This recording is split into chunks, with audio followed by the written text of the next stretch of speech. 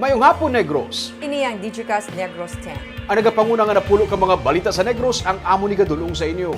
Update ninyo kami via Facebook, YouTube, kag sa among website www.digicastnegros.com. Kag sara na malantaw sa Kekat Channel 11 sa Kabangkalan City, Hiumaylan City, kag Banwasang Ilog. Kag yari na ang top 10 nga mga balita sa Negros subong nga adlaw. Pagbakuna sa mga empleyado sa mga ospital ginsuguran na. Iban nga mga empleyado hindi magpabakuna. Sa Victoria City, lalaki nga nakabaklit ang tiil kang gamot kag naputos ang plastik ang ulo na sapwan. Mapaang nga panahon nga may dala nga paglapta-lapta nga pag-ulan, palaabuton sini nga semana. Dumaguete City, wala na nag-require sang quarantine sa mga mapadulong sa ilang nga syudad. Kag sa Good Vibes, atong bisitahon ng ostrich farm sa Kabangkalan City. Initanan sa Digicast Negros X. Sa number 10, sa Kapitolyo Provincial, isa ka programa ang ginsakdag angot sa National Women's Month. Ginasaulog man subong nga adlaw ang International Women's Day. Sa mensahe ni Negros Occidental Governor Eugenio Jose Lacson, iya ginkilala ang papel sa kababainhan, ilabi na sa ilang kontribusyon sa probinsya sa away sini kontra COVID-19 sumugod pa sa naglikad nga tuig. Sa workforce ng probinsya, mas madamo ang kababainhan. Ang mga Pinay sunod sa gobernador isa sa mga pinakamaayong nga leader kag worker sa bilog nga kalibutan. Gintalakay man ang pila ka mga women issues sa amo nga programa. Ginhatagan ang mga kababainhan sang seedlings kag face mask nga mga simbolo sang sustainability through women empowerment. Nagsaot man ang tanan ilakip ng gobernador bilang suporta sa kababainhan. Sa number 9, ginapaabot ang magulugal-ungon nga panahon nga may upod nga napta-napta nga pag-ulan sa masunod nga mga inadlaw diri sa probinsya, tugas ang easterlies. Base sa weather forecast ng Pag-asa, nag-aapekto ang easterlies sa Metro Manila kag pati na sa Visayas kag Mindanao. Ini ang magatugas ang mapaang nga panahon nga may dala nga lapta-lapta nga pag-ulan. Nagapahanumdum ang Pag-asa sa publiko nga maghalong batok sa mahimo pagluntad sang flash flood o kung landslide sa mga lugar nga may malawig kag mabunok nga ulan. Mangin makanay naman ang huyop sang hangin sa baybayon. Wala naman sa may ginapaabot nga weather system o kung bagyo nga magasulod sa pungsod. Sa number 8, lalaki patay matapos ginbuno sa iya kaupod sa inom. Patay ang 37 anyos nga si George Alfonso matapos ginbuno sang iya manlang upod sa inom sa Barangay Bantayan sa siyudad sang Kabangkalan sang Sabado sang gabi. Sa investigasyon sang PNP, nagainom lang si Alfonso kag ang suspect nga si Edgar Halapa. Upod sang iban pa nila nga mga abyan sang ila mabukaran ang ila pag-away pila na kabulan ang nagligad. Lunsay hubog na suno sa pulis. Samtang nagabaisay, gilayo na lang nga ginbuno ni Halapa ang biktima sa iya dughan kag likod. Dead on arrival sa ospital si Alfonso. Padayon ang pagpangita sang PNP sa nakapalagyo nga suspetsado. Sa number 7, lalaki nga ginaligar biktima sa pagpang-salvage ang natukiban nga ginutdan pagid sang dalunggan. Wala sa gihapon makilalaanan na sapuan nga bangkay sa isa ka lalaki kahapon sa likod sang plaza sa Barangay 19A sa siyudad sa Victorias. Nakahigot ang tiil sa biktima kag natabunan pa sa plastic kag packing tape ang iya nga guya. May note pa nga I love drugs ang biktima sang masapuan ang iya nga bangkay sang isa ka barangay tanod. Suno kay Lieutenant Colonel Eduardo Corpus, hepe sang Victorias PNP, may ngalan pa sang isa ka persona nga nasulat sa placard nga sunod nga itarget sang mga may kahimuan sang krimen. Si Corpus nagsiling nga ila na istorya ang amo nga persona pero iya gid pahayag nga hindi niya kilala ang ginpatay. Ginahibalo sang PNP kung may koneksyon ang mga persona sa biktima kag sa mga sospek. Ang biktima sunod sa pulis brutal nga ginpatay bangod sa nag-crack ang iya sini nga ribs base sa post-mortem examination kag inutud pang iya nga mga duha ka dalunggan. Posible sunod sa pulis nga sa lain nga lugar gipatay ang biktima kag ginbilin lang sa area sang Victorias. Nakig-angot na ang Victorias PNP sa mga kaiping nga mga police stations agud makilalaan ang biktima. Sa number 6, ang distillery production lang anay sang San Carlos Bioenergy Incorporated ang gintugutan nga magbalik sa pag-operate sumugod subong nga adlaw. Inisuno kay San Carlos City Mayor Renato Gustilo nga nagsilingman nga wala pa sa gihapon gintugutan ang sabahin sa molasses production. Patahag sang alkalde, wala na sang problema sa higko sang gikan sa distillery kay ini ang klaro na kag 61 cubic meters man lamang ang ginaproduce. 800 cubic meters naman ang spent wash gikan sa molasses production nga tuman kadako suno kay Gustilo. Paatag niya, organic man ang spent wash ugaling kung tuman na kadako sang volume, inya nagatugan na sang pollution. Wala pa mabaton sang syudad ang resulta sang pangusisa sang DNR Region 6 sang tion nga ginreport nag-awa sa pila ka bahin sang baybayon ang higko gikan sa SCBI. Suno kay Gustilo sa karon ang compliance sang SCBI na base sa rekomendasyon sang lokal nga panguluhan paagi sa City Environment and Natural Resources Office. Distillery lang anay ang molasses production gin pa-stop ko anay kaya mo nang dako nga discharges sa spent wash amo nang lawig ko na siya lang taon, so that is organic. Kaya ang problema lang kay kung magsobraan mo naman, that is pollution. Sa number 5, local government units in Dumaguete City hindi na mag-require sa quarantine sa mga luyag magbalik sa ilang syudad o kung magsulod sa ilang syudad. Ginkumpirma sang City Interagency Task Force sang syudad sa Dumaguete nga bukas na para magbato ng syudad sa mga returning residents, APOR, LSI, OFW kung bisan pa sa mga turista kag sila ang hindi na kinahanglan pa nga ipaidalom sa quarantine sa pag-abot sa syudad. Negative RT-PCR test nga valid within 72 hours amo na lang ang pangayuon sa syudad antes magkadto sa Dumaguete kag ila ini submit online agud makahatag sang acceptance certificate ang syudad. Ginmando naman sang syudad sa mga barangay nga mag-monitor sa mga maabot sa syudad kung may mga magkasimptomas sang COVID-19. Sa pinakauli nga data sa City Health Office ng Dumaguete, 13 ka barangay sa syudad ang wala na sang kaso sang COVID-19 kag 9 na lang amo karon ang active cases sa syudad.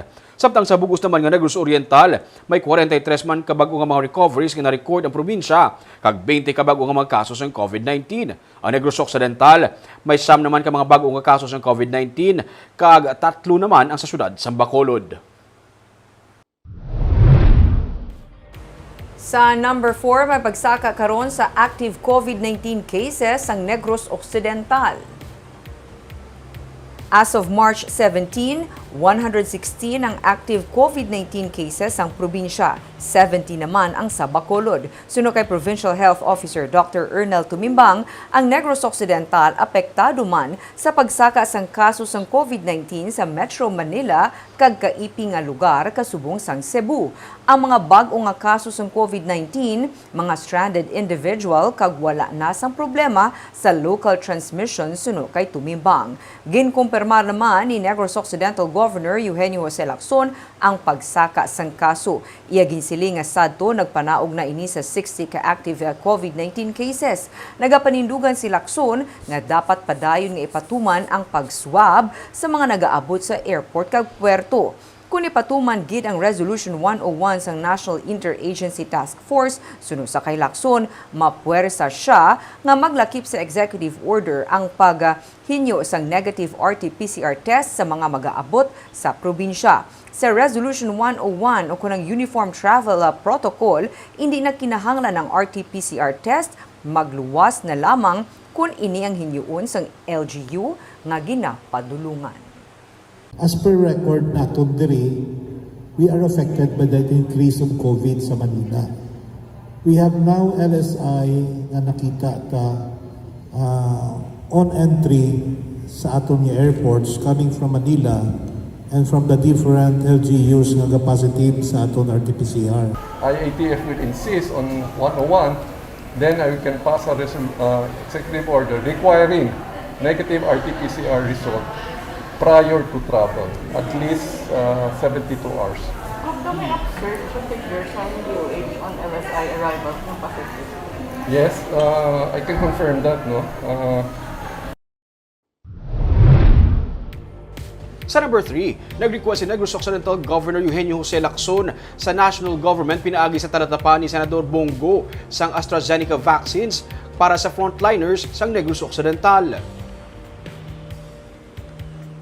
Sa nag-abot ka supply sa AstraZeneca suno kay Lacson, siya nagahinyo sang 5,000 tub 6,000 doses nga ginapaabot sini nga semana o kun sa masunod. Suno sa gobernador, siya nagapakig-angot man sa kay anay Congressman Albe Benitez nga provincial consultant nga nagsiling nga siya ang nagatingwa man para matigayon makakuha ang probinsya sang share sa bakuna kontra COVID-19. Suno kay Lacson, tungod nga dapat ang ikaduha nga dose dapat pareho man sa brand sang una nga dose nga ginbakuna, mahimo katunga lamang sang 5,000 to 6,000 nga ginahingyo ang bakunahan. May 8,600 ka medical frontliners ang Negros Occidental kag ini ang nagalakip sa mga ospital sa probinsya kag mga local government units. It's probably 5,000 to 6,000 doses. So, but we want to make sure that the second dose is available. So if they give us 5,000 or 6,000, half of that will be for vaccination. I made a call and then Congressman Albi Benitez texted me that he's really working, that we have an initial vials for our frontliners. Sa number 2 sa Corazon Locsin Montelibano Memorial Regional Hospital, ginpatigayon ng ceremonial vaccination kay ina sang aga. Katunga sa mga empleyado sa ospital ang nagpabutyag nga sila ang magapabakuna. Yaring report ni Romeo Sobaldo. Siyam ka mga doktor kag empleyado sa Corazon Locsin Montelibano Memorial Regional Hospital ang unang ginbakunahan kontra COVID-19 subong adlaw para sa ceremonial vaccination. Wala malakip diri ang ilang medical center chief sa ospital nga si Dr. Julius Drelon nga bag-o lang nagsisenta anyos. Wala gina-recommend sa senior citizens nga magpabakuna sa Sinovac nga bakuna. Pero iya pasubong nga ginatun-an kung bala risguhan niya ini, pero kung siya ang pamakuton, iya ginahaylo ang publiko nga magpabakuna para may pangdepensa kontra COVID-19. I might. Let's take the risk. My position, my personal advice is, as a doctor, whatever is available, take it. Take it. It's better than zero protection. Is better than this vaccine is better than no vaccine at all. Ang CLMMRH ang isa sa mga recipients ng unang batch sa bakuna nga nag-abot sa Bacolod, bangod sila sa Riverside Medical Center, ang ginakabig Level 3 COVID-19 Referral Facility sa Bacolod. Sa 1,743 ka mga empleyado sa ospital suno sa Kaidrilon, mga masobra sa 800 ang nagpabutyag nga magpabakuna. The reason why nga half lang nag-signify initially ang survey because wala kami kabalo kung ano ihatag ng bakuna. Dahil kung paryosin Sinovac ang inhatag sa amon, wala pa kami kabalo kung tila ang 60 years old and above. And that's the reason why nagnubo ang numero. Mga 8% o kung 132 na ka mga empleyado sa ospital ang nalatnan sa COVID-19 suno kay Drilon. Apat diri, naging moderate to severe na ang kaso bangod may ginabatsyag na nga daan nga balatian. Wala sa may napatay sa ilang mga empleyado nga nalatnan sang virus. Humalin sang Pebrero sa nagligad nga tuig, may kapin sa 400 na ka mga COVID patients ang gindala sa ilang nga ospital. Magasugod na pagbakuna sa mga empleyado sa buwas nga adlaw kag magalawig ini sang 5 ka adlaw. Suno kay Drilon, ang katunga sang ilang nga mga empleyado nga wala nagpalista para sa sini nga batch, ang magahulat sa next batch sa maabot nga mga bakuna sa syudad sa Bacolod. No, we're not lowering down our guards. We will still have the same infection prevention control process. We will still adapt what we're doing based on our protocols and improve. Bisad may COVID-19, padayon sa gihapon na pagbato nila sa mga non-COVID related nga mga balatian, bisan limitado lang. Kag sa masunod nga 2 ka bulan, sarang na makapatigayon ang ospital sang open heart surgery.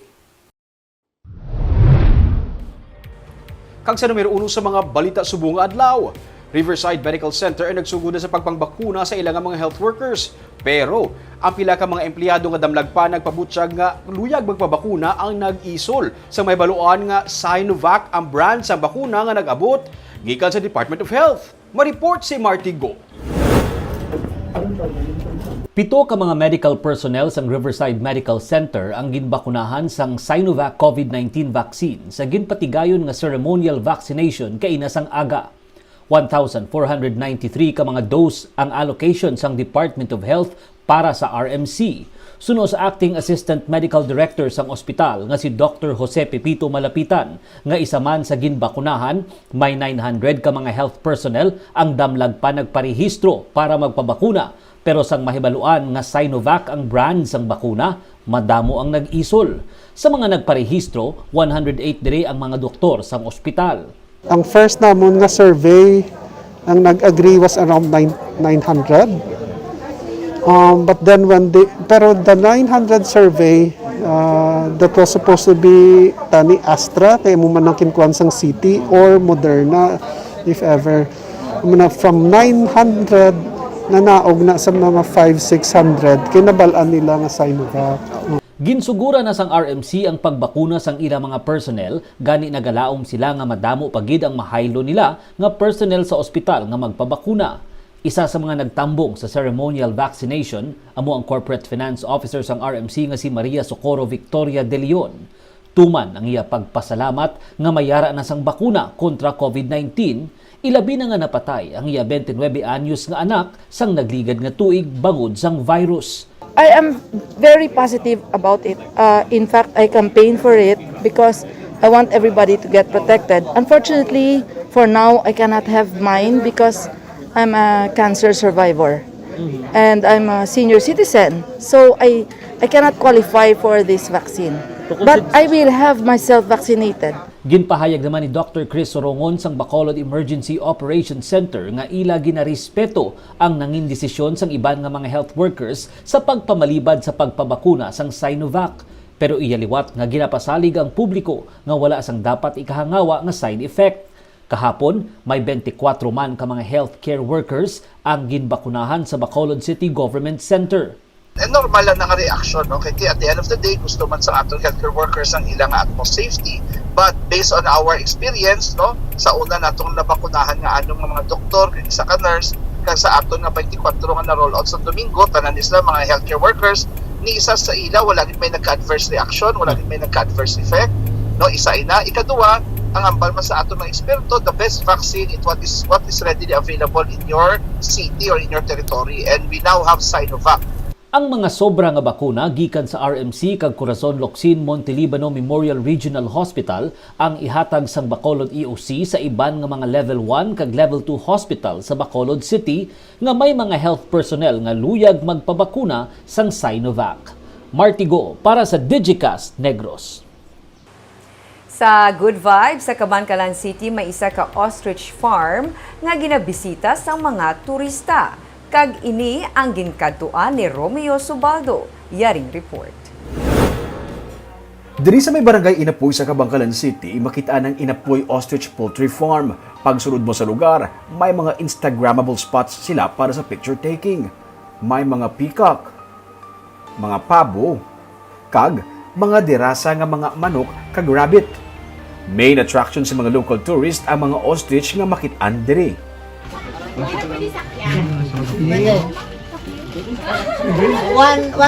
lang, 50 lang sakay. Pila ka oras? Pag sakay, picture, okay, tapos. 4 na katuig ang edad sa mga ostrich nga nagabugat sang 150 kilos. Si Yok-Yok, si Kiko, kag si Kikay. Gikan pa sila sa Africa. Sang una, kalingawan ng inisang tag-iya nga sang ulihi, ginbuksan na sa publiko. Pwede ka maka-feeding sang tangkong kag pellets. Dugay-dugay pa.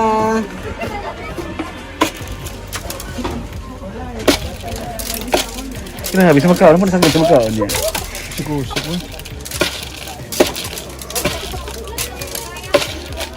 Nagaplano sila nga padamuon pag ini sa badason nga mga binulan. Nakabata na ka mo de? Kaya pa, base, dasun bulan. Matry ka mo nga akuan. Pila ni ka ba eh? 2. Isa kalaki. Ang isa ka bagong empleyado sa farm, ang ginakainitan pa sang isa sa mga ostrich, kag iya inihanda ang atakihon kung magpalapit. Ayay. Kityak. Ano kung dry ginano yan o? Nga. Pop, tama. Diyos si Cesar Milan, kagalinong ba? Kaya ko tayo ka ho. Ha? Ano sa una kung tayo nakadaan? Kaya bago ka rin sa sugod ba? Bago rin sa di ay pakalala. Pero ang caretaker nga si Donel, mapakaon niya diretso sa iyang palad ang mga ostrich. Oliver! Hindi mo sakit? May mga itlog man sang ostrich nga ginabaligya sa lugar para remembrance. Pwede man makabanding kag makakaon ang pamilya o mga mag-abyan sa sulod mismo sang farm nga may cottages. Barb, sino bala magpinsar nga sa barangay Inapoy, sa Kabangkalan, sa muna kalayo ka lugar, mayroon sila yung ostrich farm. Gani, Ming, no? Ginkulbaan kami. Kaya kulbaan ko sa ostrich. So, yung kulbaan ni Kuya, palayo kay Kuya. Kasi bala takihon niya ko, wow. Oo, Ming, no? Kaya kaisugid sa ilang. Barb, kabalo ka nung kinalain sa babae sa lalaking ostrich. Wala, hindi ko kabalo. Ano? Ako hindi man, pati ang lalaking ostrich, doon may lipstick. Ang doon po lagi doon may lips. Ang babae, doon hindi doon lasaw lang niya, doon ka pale. But ang lalaki, doon may lipstick siya. Yung tsura mo na lalaki siya. Ang pick-up na naman. Ano yung kinalain? Hindi, ang lalaki na, di ba? Ang mag-buwan good. Grabe, Ming, no? Pero, daw, ano man, Ming, daw well taken care of man. Kung kagaplano sila by next month, masugod na sila. Kung tatlo pa lang subong. Okay. Isa ka lalaki, dua ka babae. Plano sila by next month, nga dugangan. Mag-breed na sila para madugangan siya. 4 years na, dagali arada. Okay. Ang itlog sa ostrich, may nakita ko na sa isa kay. Yara man to. Kamahal. Oo. Kamahal yun. Pero at Kagkagawa. least ang mga taga-South may katuan Ah. sila. May kalingawan para sa mga kabataan. Gusto man ko din magkatuming. Especially for the kids. Yes. Kagamo yung mga balita sa Negros Subong nga adlaw. Kay man sa panahon karon importante nga may ihibalo ka sa nagakatabo sa imo nga palibot. Pero dapat balanse kag eksakto ang mga impormasyon. Padayon kami nga magapangalagad sa Negrosanon. Ako si Barbara Mijares. Tubtub sa buwas ako naman si Romeo Subaldo mayong hapon.